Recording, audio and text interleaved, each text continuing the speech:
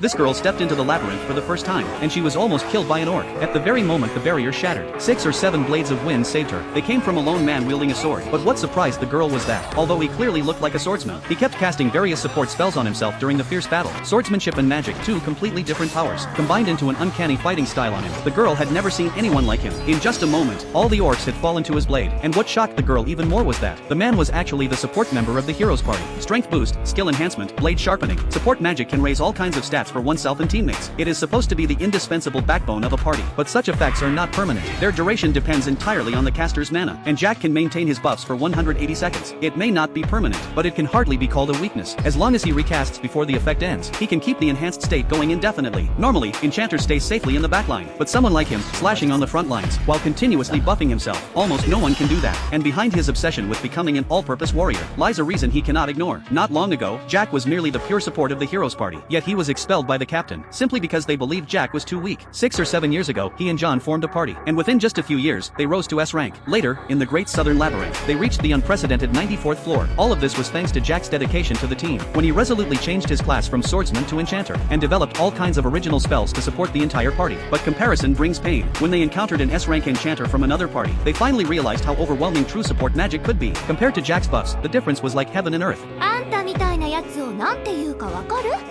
器用貧乏よ。